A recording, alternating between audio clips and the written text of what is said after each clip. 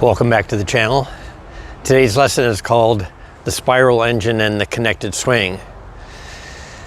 So during our last lesson we talked about how is it possible that with only a quarter of a second between the slotted position coming out of the slot to contact, it's a quarter of a second, how do we have enough time to make this a consistent point of contact, especially when we only have less than 8 thousandths of a second when the ball is actually intersecting with our racket string bed. How do we provide and generate great topspin contact? And I said that the wrong way going about doing it is the way that most people try, which is to try to steer this thing, to maneuver it, to make some last minute adjustments as we swing through, maybe roll over it or flip it to get that topspin, and it never really works. So I suggested, and we had our lesson about creating the right kind of form, this out, in form, that if we can get this refined enough and do it the right way, our form takes care of generating the speed and the consistency of contact that we want. Today we're going to go deeper into that, from a small circle concept to a more refined circle, smaller circle if you will. And I'm going to attempt to show you a way that we connect our arms with our body in a way that I don't think has ever been presented this way before. And it's something rather brand new, and I think it'll be very exciting for you, and I'm looking forward to it. So let's get started.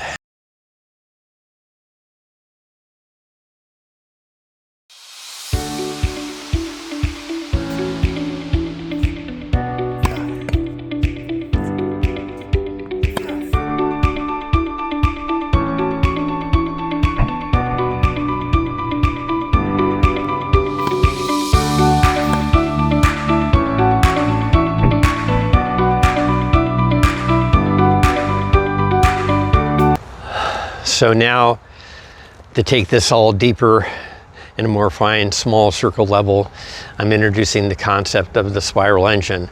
And here in the background, you can see a drawing of the human anatomy, the muscular skeletal system. And what you notice is all the striations, the spiraling muscles and ligaments, all crisscrossing throughout the body. Some of the muscles do actually run crisscross across our midline. Others are just structures that act in a crisscross manner. And the other thing to note about the muscles is that there's only one way the muscles work, and that's the pull. Pull and relax, contract and relax. Attached to the bones, they can, yes, be formulated into pushing or levering actions, but the muscles themselves are simply pulling devices. The next slide shows in the background the psoas muscle, which runs crisscross through our pelvic region and coordinates the two sides of our pelvis and lower body. Very strong, very important muscle. This is the muscle that Rafa Nadal tore at the Australian Open. And it's so important to stability and movement that, he's never seemed to recover from it, and he might just retire this year. But it's an example of this crisscrossing, spiraling kind of muscle that's so critical to our mobility, rotation, and stability. Finally, in introducing this notion of the spiral engine, I want to bring forward 3 quotes from a dance and movement expert named Peggy Hackney, who I read her book. She's just an excellent movement and dance teacher. And she has zeroed in on all of the issues that we're talking about today. So I'll just read you the quotes and talk a little about them. The first one is, I utilize the term cross-lateral connectivity to convey a sensation of connection along a diagonal pathway through the body's core. So she has her own technical term for that is probably a better one than I have, but it's a mouthful, cross-lateral connectivity. So we're talking about all these spirals connecting both sides of the body.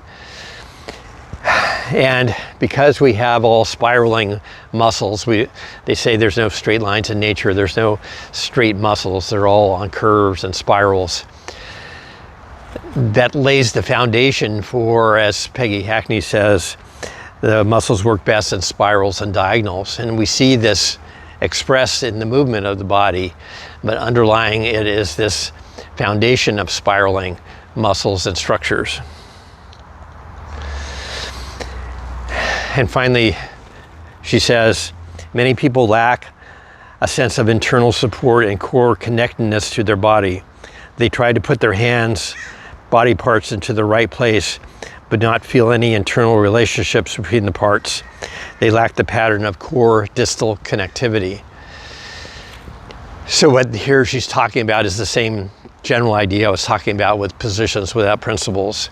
We can't just place our hands and our arms in certain positions in the swing and expect any good results.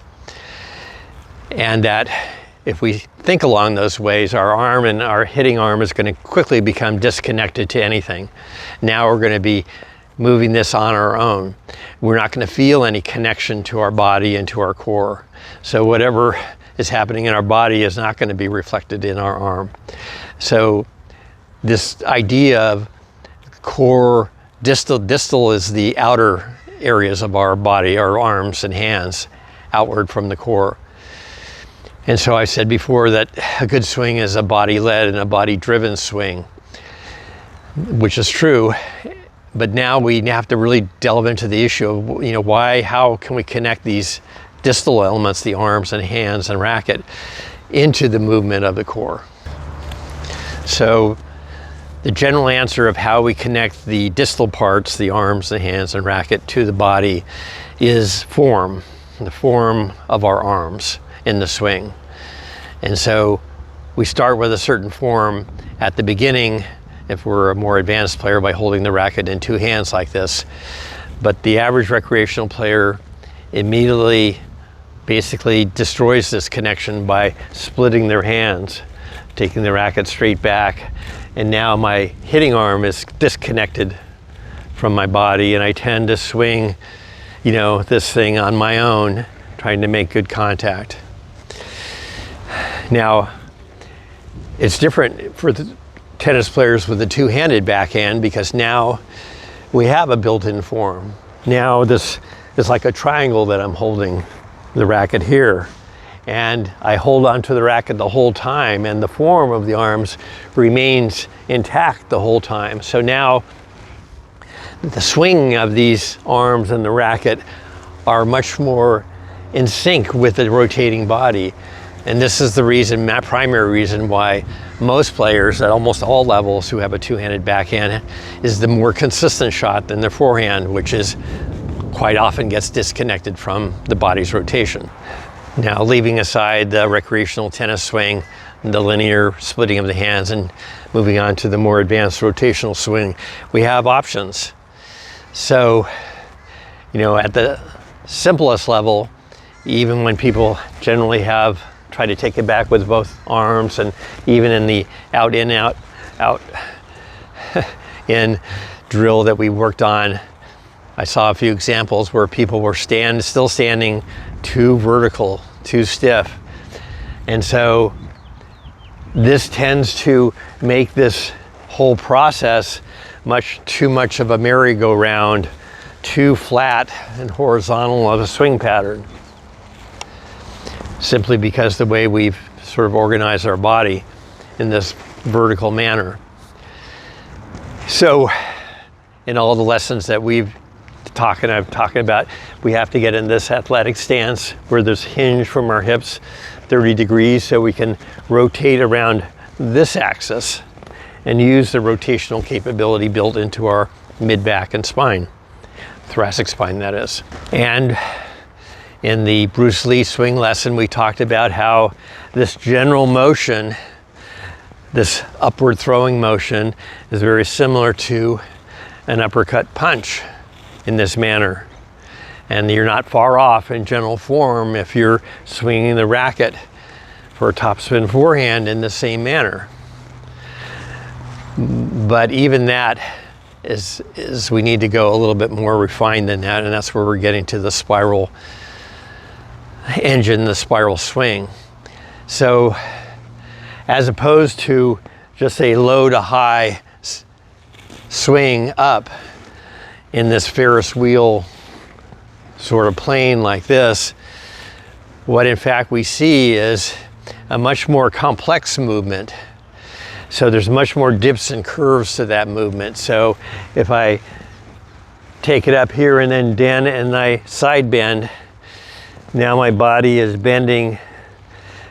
And when I start out, I'm starting out more of an outward path than this uppercut. It's more out here, more of a spiral up around here. And then as I drive up and my left side rises and pulls through, and then my right side comes through and hitting, I make contact here with my front side out in front, but then I'm not just making contact, I'm imparting spin in this windshield wiper form where my hands are pronating, my forearms are pronating through here. And so instead of just rising straight up, we're actually pulling down on our left side. And we often see that this left arm, as we've been talking about, tucks in down here lower, not above the shoulder, but lower, because the form is coming around in this spiraling action. And generally, that's the spiral engine that we're talking about. So in terms of connectivity, it's not only connecting us to the right swing path, but it's connecting us to the right movements of the hand and forearm automatically.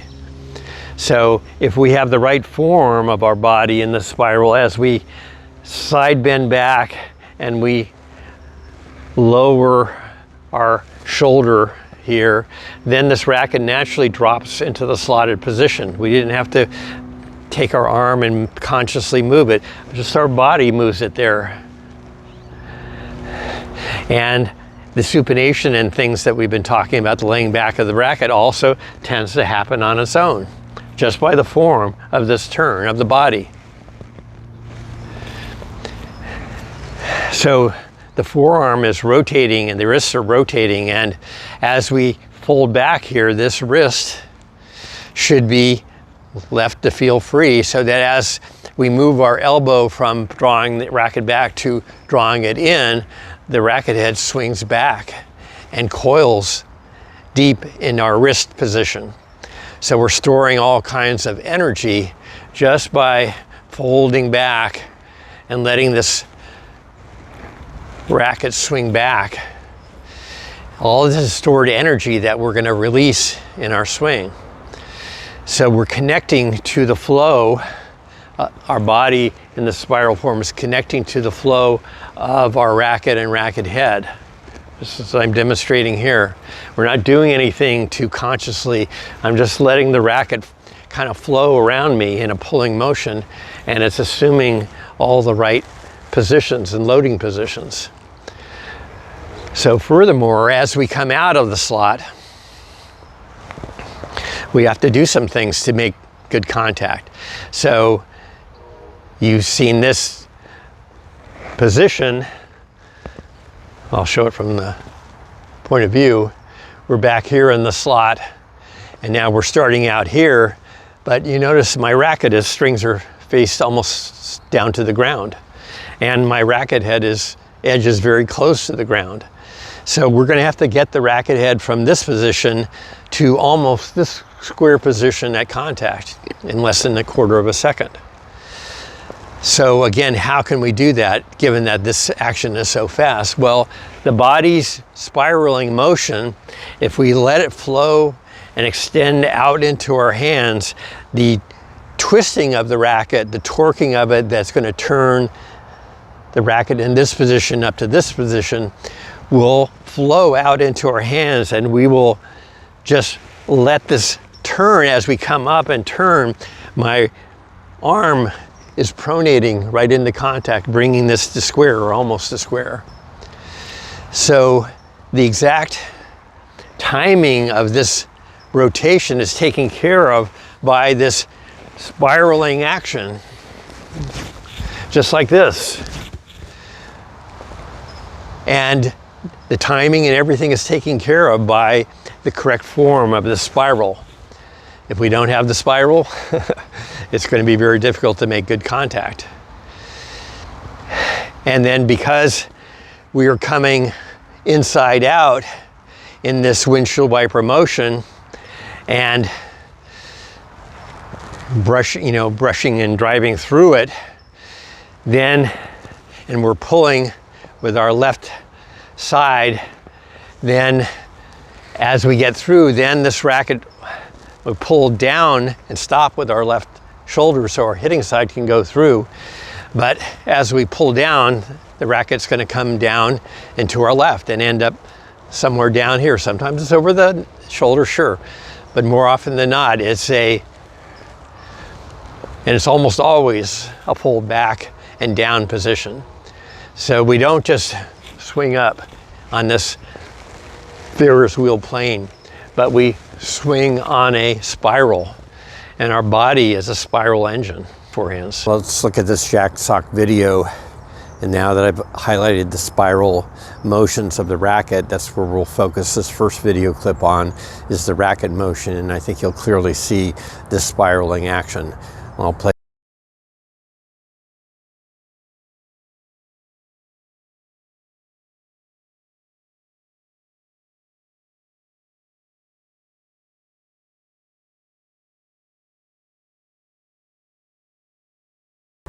Now, to get a better understanding of the correlation between the spiral body form and the spiral racket swinging action, in this next sequence I put a tracer on sock along with the tracer on the racket path. I have a tracer on his hitting elbow, which really is the major connection to the rotating and spiraling body.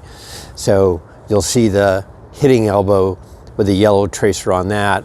And I put a yellow tracer in the middle of his right chest to see the dynamic movement of the spiral in the body. Now, why did I put it on the right side? Well, you can just, on the left side, we barely can see anything. You see it, the spiraling motion, better with a trace for now on the right side, even though at the beginning the lead side is leading and pulling the swing. So I'll play it through twice, and then we'll talk about it.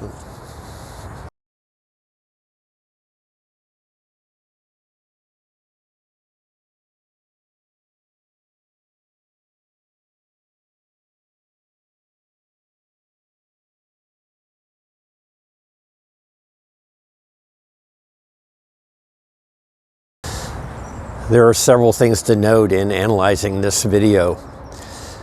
One is, as I've been saying all along, a good swing is a body-driven and a body-led swing, not an arm-powered swing or arm-led swing.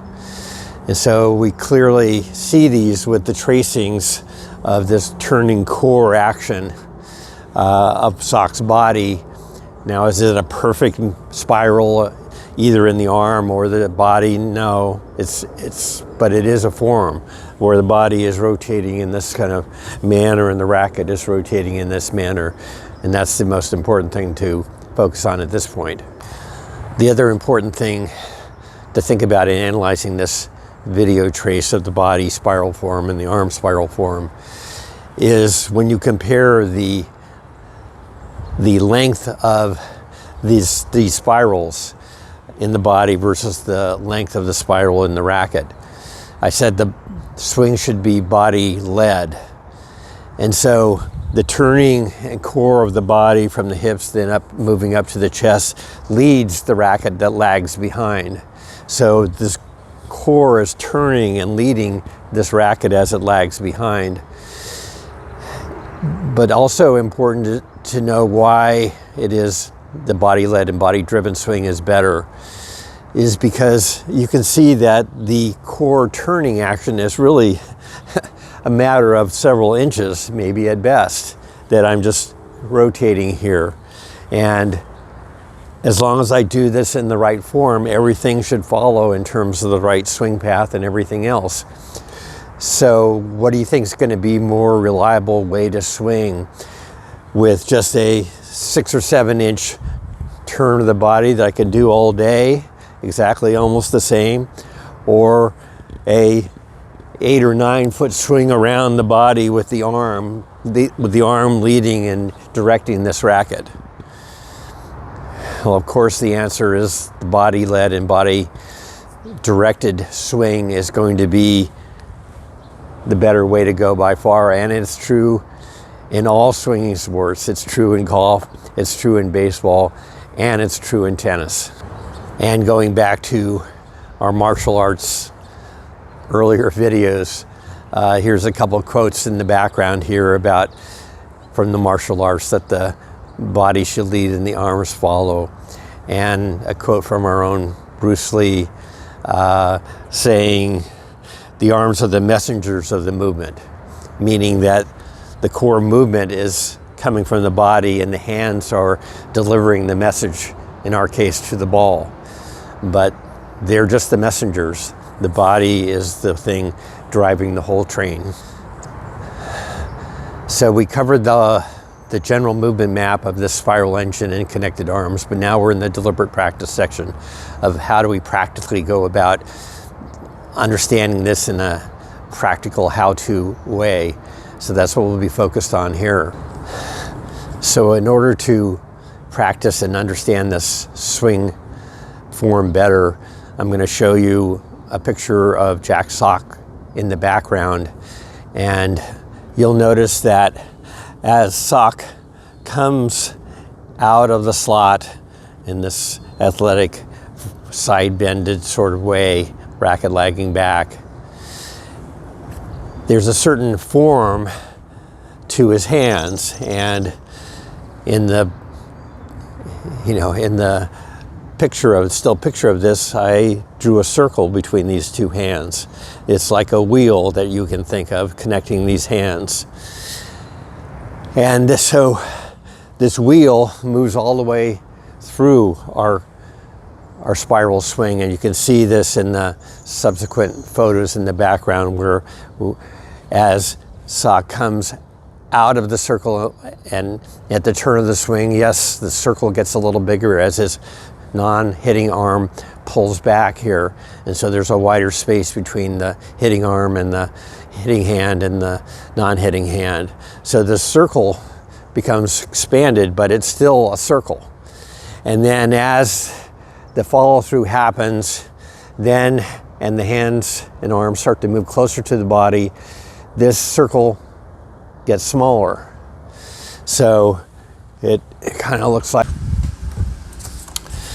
and if you think this spiral engine arm and wheel form is just something unique to Jack Sock's form, let me play you 3 Djokovic topspin forehands from the same front position.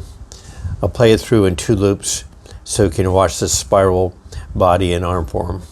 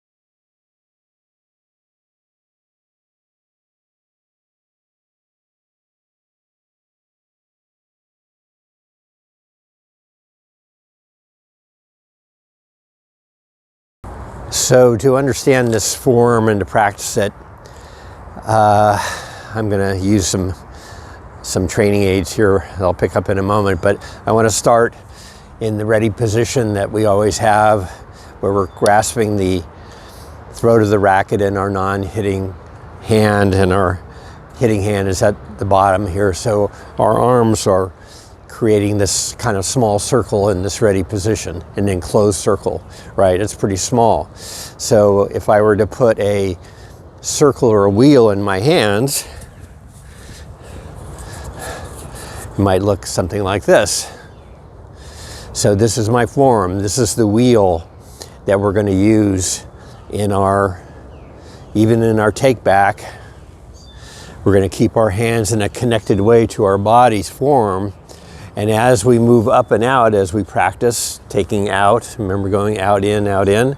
So as we expand our arms away from our body, this circle is going to get bigger. So in taking it back here, we're thinking about a bigger circle. My hands are further apart, but they're still in a form and they're still connected. Now, as I said, as we get to the handbrake position back here, we can't reach any further back with our non-hitting hand. And yes, we take our hands off the wheel for a moment as we drop into the slot. But as we drop into the slot and drop the wheel into the slot, then my hands can connect back up on this form, and I can keep my non-hitting arm in here rather than, out here like most people do, or split the arm out here. Now that form is broken. As we drop into the slot, however big that wheel is, we're still in a connected form, and our body and our arms and our back muscles are all connected to this form, and we're ready to start pushing out and driving out of the slot. So at this stage, my hands are my left hand is relatively flat, and even in the racket is relatively flat, but we know that coming into contact, this form is going to have to square up. Not perpendicular, but almost perpendicular to contact. And we know that we're going to be moving the inside out path. So as we move out and as the non-hitting arm starts to pull away and we'll start to eventually arrest this rotation, this form gets even bigger. I'm not going to expand and get a new bigger circle here, but you got the idea that it might expand as we move around and up into contact. And then in the follow through, again, the arm is starting to pull, and then it moves back down into the follow through collapse stage. And now we're back into the non-hitting elbow, internal shoulder rotation tuck, and the arms sort of coming back here and then letting go. So that's giving a better visual, I think, of this whole notion of the form of the hands as they move up, around, and through contact in the spiral engine motion. So some other important principles and feels that we should be aware of and what we're trying to learn about. I said that we not only want the arms in its form connected to the core of the body, but we also want the hands and the forearms and the wrists and elbows connected to the spiral action. And so now if we focus here from the slot, as I take this up, circle back down, if you just focus on my hands and elbows and forearms, you can see that I'm kind of dropping and turning and rotating these things back into a coiled position. And my right forearm now is in that supinated position that we talked about in the master move. And I'm not doing it by consciously turning my arm any which way. I'm just letting my arms follow the spiral form.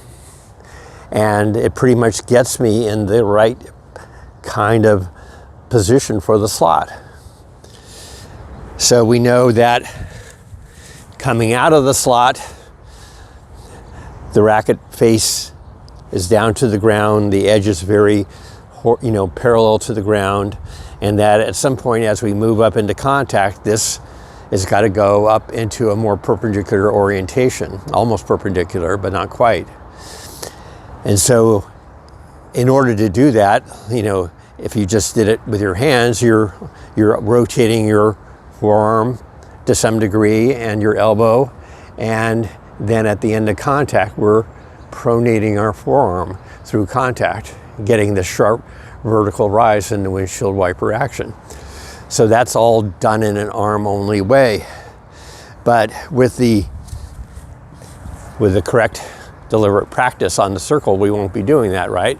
So we're going to let the spiral action of our body as it drives up and out on the circle, we let that energy that we're driving up just flow into our arms as they extend out. And as our internal core turns and twists towards contact, we let that torquing and twisting flow into our hands automatically, so that as I'm coming up here, you can see that my right hitting hand and forearm are coming up into that pre-pronation stage. And then as I turn through contact, we're getting that pronating effect of our hitting arm and hand, all done passively. So we're not consciously moving our arms in any way. We're just letting the extended form of our arms flow out from our body in this action. And most of everything we need for a great swing is happening automatically by having the right form and the right connection to that form with our arms and hands. So this is a huge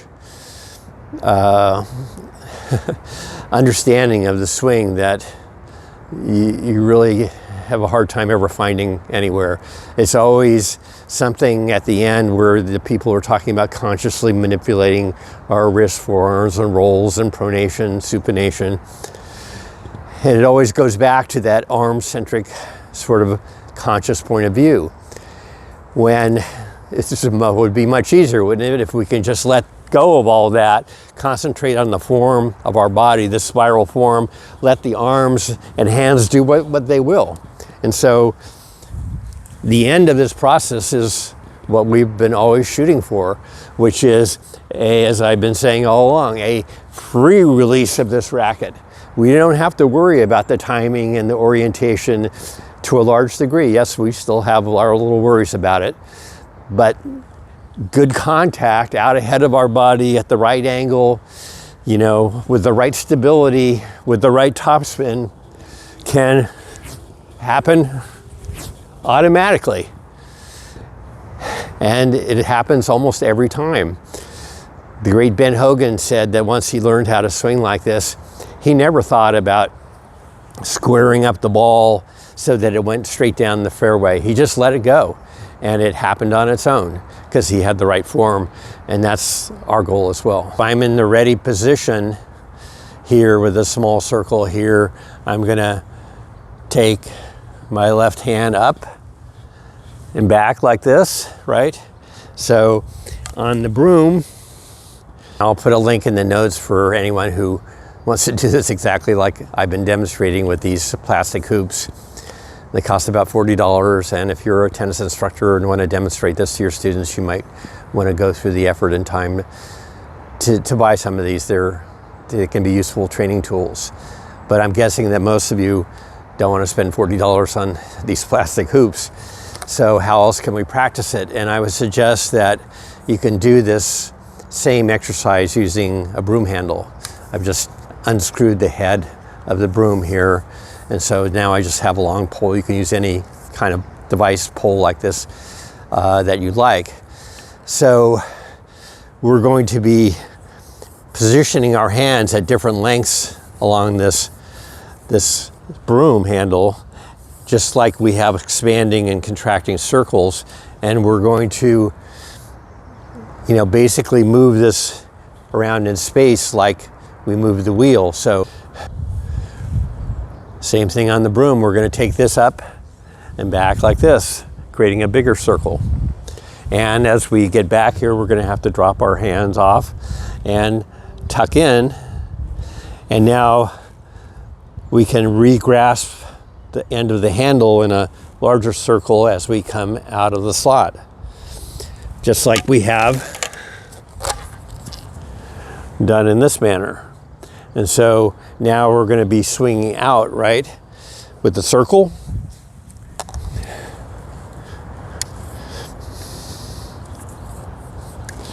So with the broom handle, we're swinging out and up, and as we get into contact, our body is turning and torquing at its core, and we're letting that motion flow into our hands without resisting it, and letting the circle maybe get wider here. And then as it comes around, our hand can slide back up into a smaller circle and we can drop it. So 10 slow motion reps using the broom for this form, and I'll stop the video for you to do it.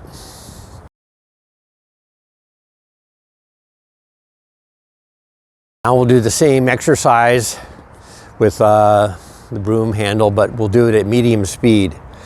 And the goal here is to focus on the feels that we want to be generating in the swing. We want this to be a body-led and body-driven, so we're going to exaggerate the kind of spiraling motion of the core of our body, not worry too much about the hands. Just let them be out there and let that thing follow around. Let it flow out of our body as it comes up and through. Let the twist happen. Don't try to force it. So medium speed, 10 repetitions, I'll stop the video.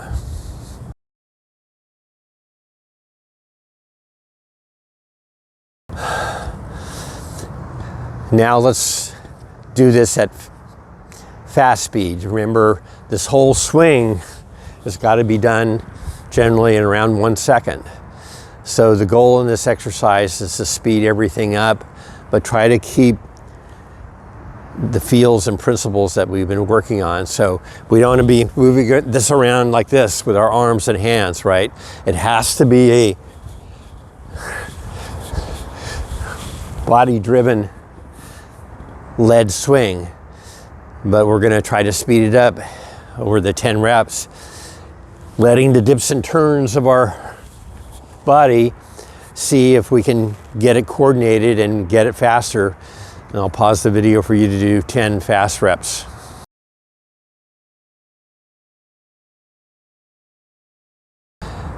Now, like we all do in these deliberate practice sessions, we finally get around to picking up our racket, and again, we pick up our racket, connecting it to the right way for this type of swing, which is a Western or semi-Western grip, pad of the index finger on the 4th or 5th bevel for semi-Western or Western, and gripping it in our fingers where we're controlling the swing with the bottom 3 fingers, not clamping this hand in the palm on the racket and in an Eastern forehand grip.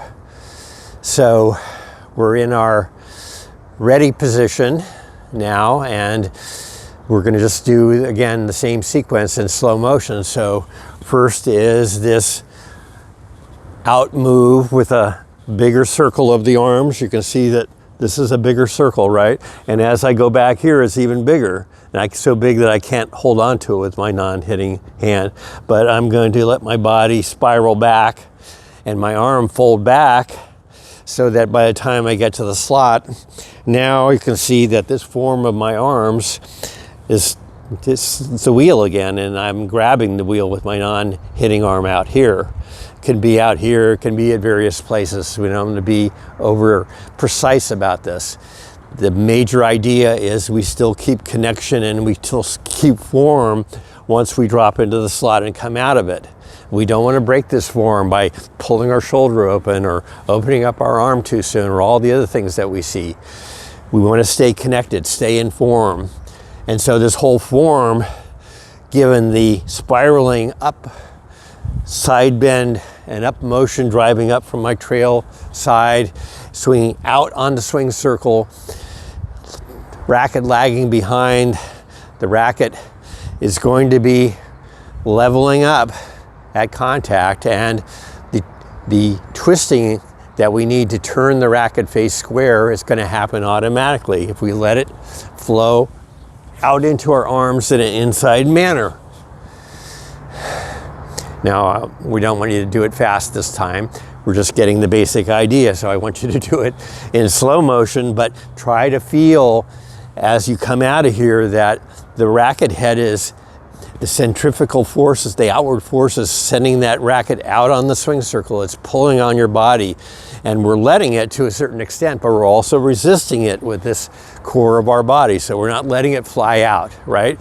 We have a controlled swing outward and letting it feel the outward flow of the racket and feel the inward turn of the swing as we come through contact. But again, we're first going to do 10 reps in slow motion for the basic form of the racket. I'll stop the video.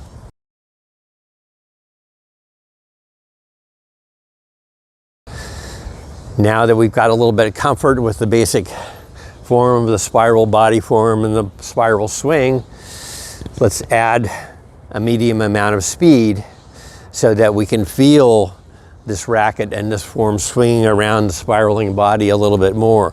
We'll feel more tugging on our arms and our core as we move out here, and we'll feel more torquing of the racket as we come up and through.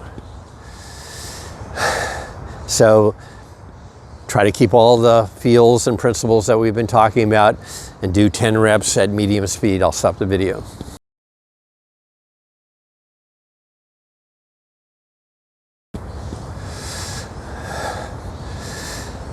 And just like in the last sequence with the broom, we end up with trying to do it in the time we really have to do this swing, which is about 1 second. So we're going to try to do the spiral form, connected arms, all in 1 second. And we're not going to let our arms take over and our shoulders take over. We're going to let everything happen from the core.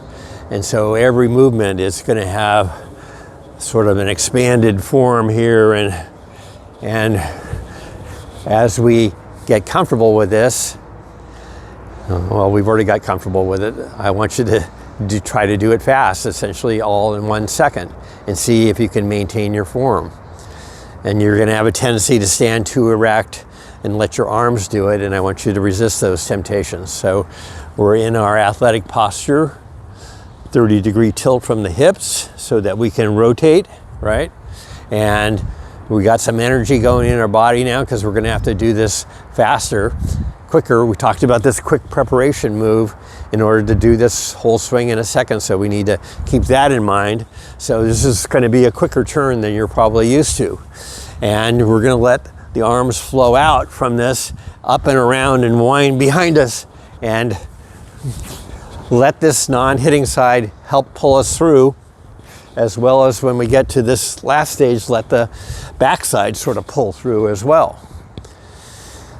So don't do 10 quickly in a row. You're doing 10 reps, but pause and think about how you did that last rep. What do you think you could do better? And then the next rep, try to refine it. So you're refining 10 times in a row. We don't want to do mechanical repetitions ever. So I'll pause the video for you to do 10 fast spiral swings.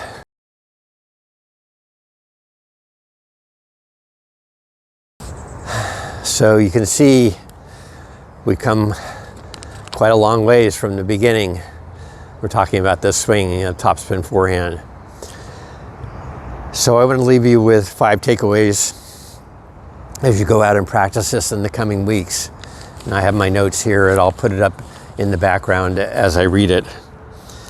So first, the spiral form connected swing is something to be handled at this stage with playfulness and experimentation. Don't try to force your arms and hands to do certain things. You may not quite get the idea of the spiral. It may not look quite as spirally as you want it to be. Let's not worry too much about that. We're experimenting, playing around with the different feels. Don't worry too much about the hand position of your trail hand versus saying it's exactly at the right position in the clock. You can play around with that yourself. You can move them closer together. You can spread them far apart. That's what happens when people develop a certain style. Second takeaway is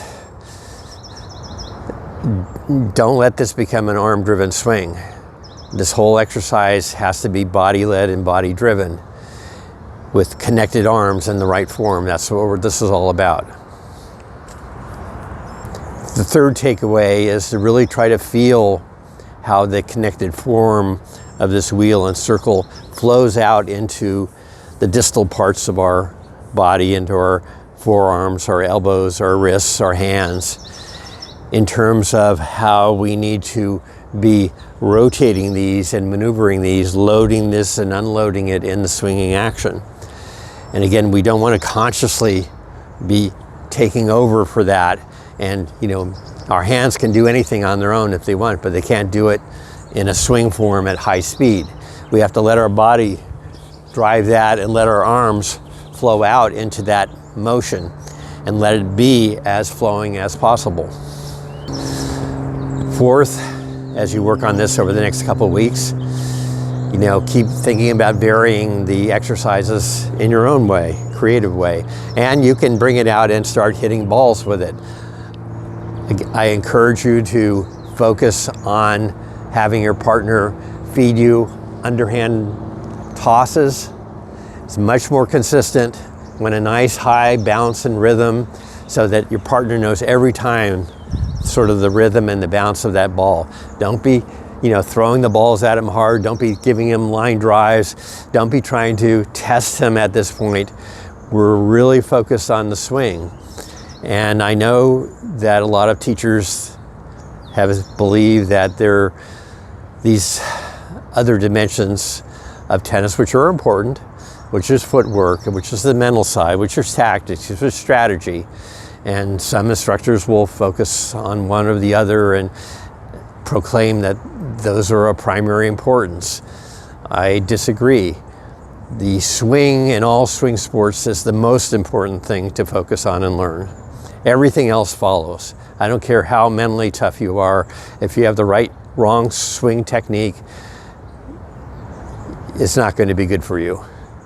So we really do have to focus on the swing and all of its different challenges before we take on these other challenges of the mental side, the tactics and strategy, because all of those will be influenced by our swing technique.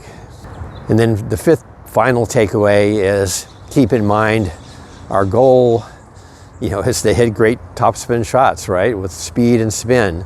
And in order to do that, we need a free release of the racket up into contact.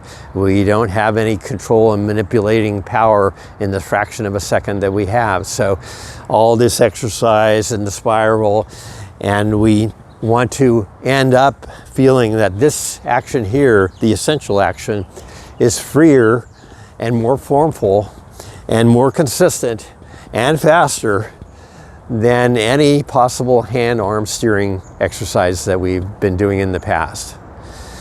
So you really have to think about the eyes on the prize in terms of this free release of the racket up into contact. So we've talked about the development path that we are on, starting from large circle learning to smaller circles, more precise movements, eventually to no circles where we're doing it right without even thinking about it. You can see that we made a pretty big leap from this large circle concept of the swing down to this more precise, smaller circle of the spiraling motion and the arms connected to it. There are other important feels and concepts we have to fold into this equation, but we'll get to those in time.